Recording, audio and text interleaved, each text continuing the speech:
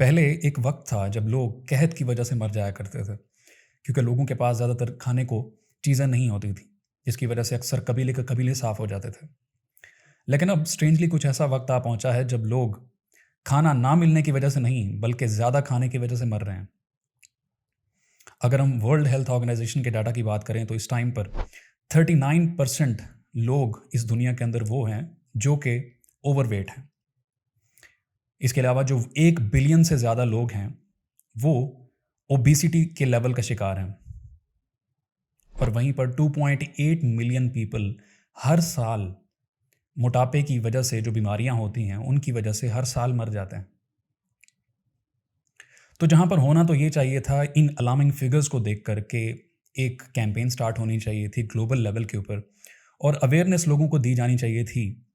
कि देखें किस तरह से जो मोटापा है या ओवरवेट इश्यूज हैं आपके, वो किस तरह से आपको हार्म कर रहे हैं। वहीं पर कैंपेन्स चलाई जानी चाहिए थी और लोगों को अवेयर किया जाना चाहिए था। लेकिन हो क्या रहा है, ऑन द कॉन्ट्ररी, न्यू वो कल्चर के हवाले से जो एक नया एक उनका एक आइडिया है वो ये है कि कोई भी इंसान, उसकी जिसामत चाहे मोटी हो चाहे पतली हो, जिस तरह भी वो दिखता हो, आप उसको पॉइंट आउट नहीं कर सकते। एक मोटे इंसान को, एक ओवरवेट इंसान को आप ये नहीं कह सकते कि आपको ये मसला है और इसके ऊपर आपको काम करने की ज़रूरत है। इससे वो ऑफेंड हो जाते हैं। और इसी हवाले से डिफरेंट अब कंटेंट हमें देखने को मिलता है। हॉलीवुड के अंदर काफ़ी सारी मूवीज़ बन चुकी हैं, बॉलीवुड के अंदर काफ़ी सारी अब मूवीज़ बन चुकी हैं, जिसके अंदर प्रोमिनेंटली अभी नेटफ्लिक्स के ऊपर XXL आई है। इसी हवाले से अब पाकिस्तान के अंदर भी ये चीज़ स्टार्ट हो चुकी है, जिसमें पहले एक ड्रामा सीरीज़ एक बनी थी ओए मोटी के नाम से, जिसके ऊपर ऑलरेडी भी पहले मैंने उसके ऊपर क्रिटिसिज्म दिया था कि किस तरह से बॉडी शेमिंग को उन्होंने डिफेंड करने की वहाँ पे कोशिश की और अटरली फेल हुए हैं उसके अंदर। और उसी सीरीज़ के हवाले से इसी का सिलसिला है अब एक नया ड्रामा जो सनम जंग साहिबा ने, जिसके अंदर अपना रोल प्ले किया है, उसके अंदर उन्होंने बॉडी शेमिंग को अगेन उसको प्रोटेक्ट करने की कोशिश की है और इस आइडिया को,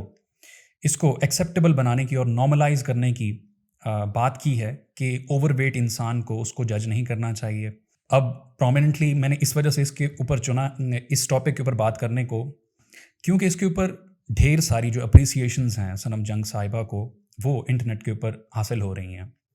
मिलियंस के अंदर इसके व्यूज़ हैं, जो कि रिसेंटली अभी ही उसकी 4-5 किस्तें प्रॉबेबली उसकी अभी तक नशर हुई हैं, और उसके अंदर बहुत उनको सराहा जा रहा है कि उन्होंने बड़ा बोल्ड स्टेप लिया है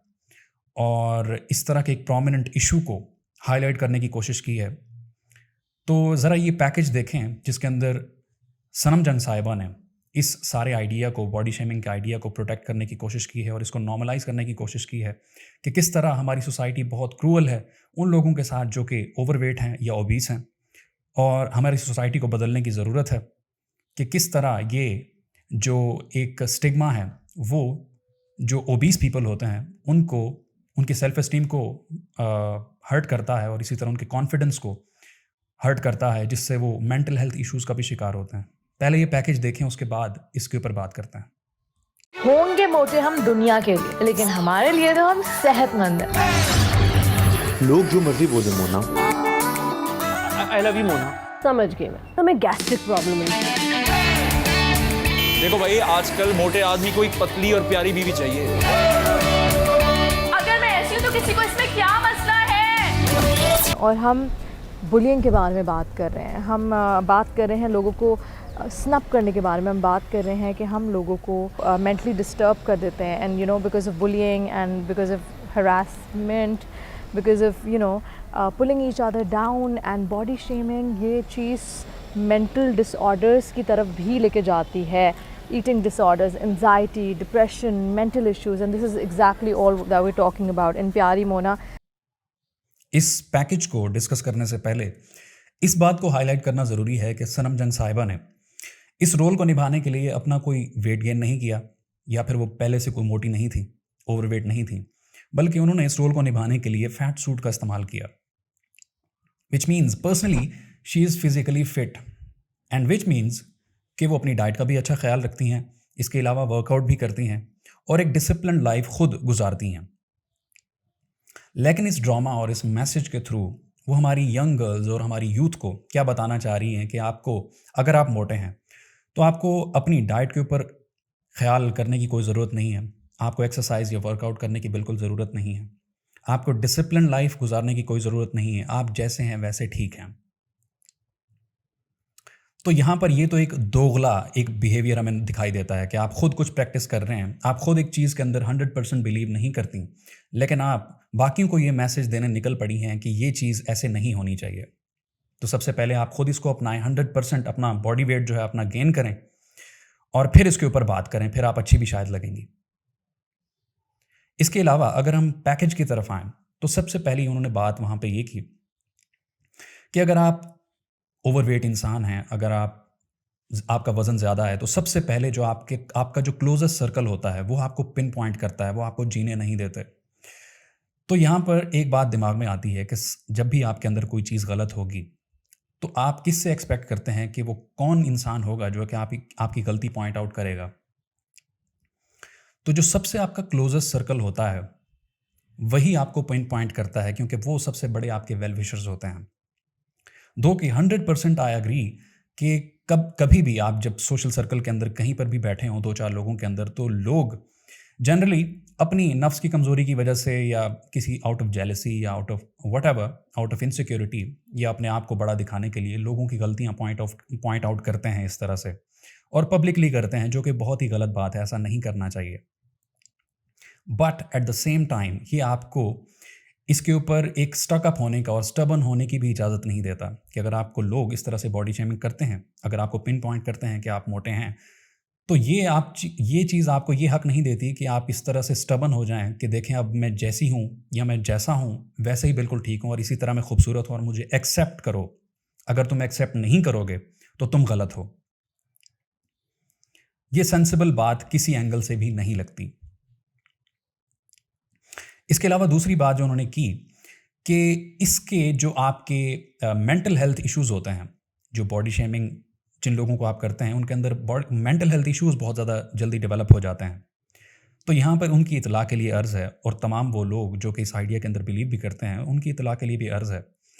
कि ज़्यादातर आपको बुलिंग या बॉडी शेमिंग वगैरह से आपकी मेंटल हेल्थ पे इतना असर नहीं पड़ता जितना कि आप इम्बैलेंस्ड, आप जो डाइट खाते हैं, आप जो गंद खाते हैं, और उसके अलावा जब आप वर्कआउट भी नहीं करते, तो उसका जितने आपकी मेंटल हेल्थ के ऊपर असर पड़ता है उतना आप किसी के पॉइंट ऑफ व्यू से या किसी के ओपिनियन से नहीं पड़ता। तो यहाँ पर हमें इस चीज़ की भी अंडरस्टैंडिंग की ज़रूरत है। वहाँ पर तीसरी उन्होंने बात की आखिर में कि हम लोगों से सवाल कर रहे हैं कि इसमें आखिर बुरा क्या है। तो ज़रा इसके ऊपर आते हैं। सबसे पहली बात जो कि ओवरवेट इंसानों के हवाले से है वो ये है कि आपकी जो बॉडी है, हमारी जो ह्यूमन बॉडी है, वो इस तरह से इतना ज़्यादा वेट कैरी करने के लिए डिज़ाइंड ही नहीं है। तो सबसे पहला क्या होता है, सबसे पहला तो आपकी जो जॉइंट्स होते हैं, आपकी जो हड्डियाँ होती हैं वो कमज़ोर होना शुरू हो जाती हैं। ये आपको डिफरेंट केसेस के अंदर देखने को भी मिलेगा, जो कि आपके इर्द गिर्द लोग होंगे उनके जॉइंट्स में मसले होंगे, उनकी हड्डियाँ बहुत जल्दी टूट जाती हैं।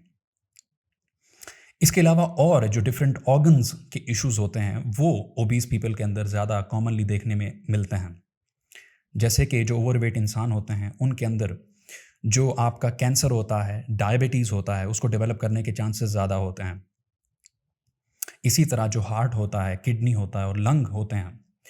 इन सब के फेल होने के चांसेस भी ओवरवेट लोगों के अंदर ज़्यादा होते हैं।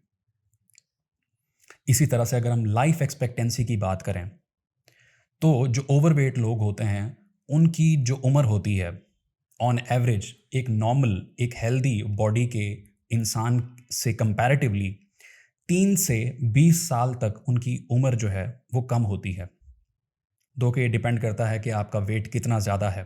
अपने नॉर्मल BMI से। तो इन तमाम इश्यूज़ को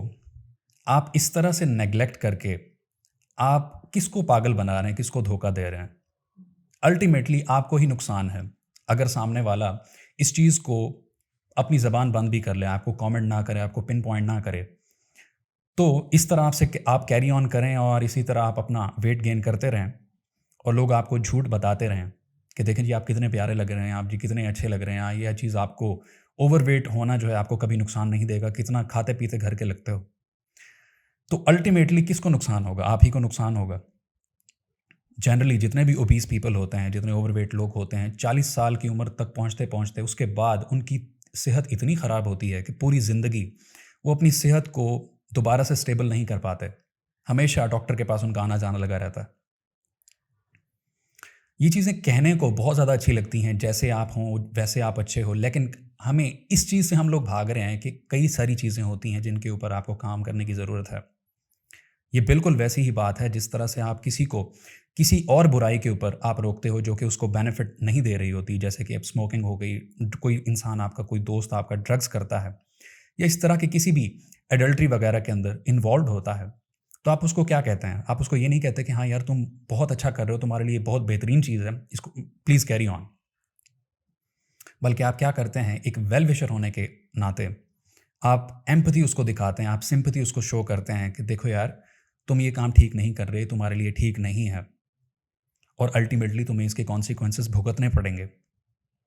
बिल्कुल उसी तरह ओवरवेट और ओबेसिटी के हवाले से भी यही है। दो के आई एग्री कि आपको तरीके से बात कहनी चाहिए। अगर कोई इंसान इस तरह के मसाइल में से गुजर रहा है, अगर कोई ओवरवेट इंसान है तो उसको ऑलरेडी उसको पहले से ही खुद ही पता है कि वो ओवरवेट इंसान है और वेट कम करना कोई इतना आसान काम नहीं होता। तो जनरली आपको अफेक्शन के साथ आप उनको कन्विंस करना पड़ता है कि देखो यार, तरीके से बात समझानी पड़ती है और उसको वहाँ पे सॉल्यूशंस भी देने पड़ते हैं कि किस तरह से आप इसको कम भी कर सकते हैं, बजाय इसके कि आप खुद भी पीछे हट जाएं अपने फ़र्ज़ से, जो कि आपका एज़ अ वेल विशर होता है कि आप उसको गलती बताते हैं। आप खुद भी अपने जो आपका फ़र्ज़ है उससे आप बैक फुट पे जा रहे हैं और दूसरे को भी आप मज़ीद उस नुकसान के अंदर मज़ीद धकेल रहे हैं। सो ये हमें समझने की ज़रूरत है और इस तरह के जो आइडियाज़ हैं उनको इस तरह से ब्लाइंडली एक्सेप्ट करने की ज़रूरत नहीं है, बल्कि जो भी आइडिया पहले, ऑब्वियसली हम कॉपी पेस्टर्स हैं, पहले वो आइडिया जो होता है वो वेस्ट के अंदर स्टार्ट होता है, अमेरिका के अंदर स्टार्ट होता है, फिर वो आहिस्ता आहिस्ता हमारे सब कॉन्टिनेंट तक आता है, फिर हमारे इंडिया से होता हुआ पाकिस्तान तक आता है। तो इस तरह कई सारी चीज़ें अच्छी भी होती हैं, हमें उनको अडॉप्ट भी करना चाहिए, लेकिन वहीं पर कई सारी ऐसी बेवकूफ़ाना चीज़ें होती हैं जो कि वहाँ पर भी एज अ सोसाइटी उनको फेस करनी पड़ रही हैं, जहाँ पर वो एक्सपेरिमेंट्स फेल हो चुके हैं। तो हमें ये एनालाइज़ करने की ज़रूरत है, जो चीज़ वहाँ पे काम नहीं की वो यहाँ पर भी काम नहीं करेगी। Thank you very much.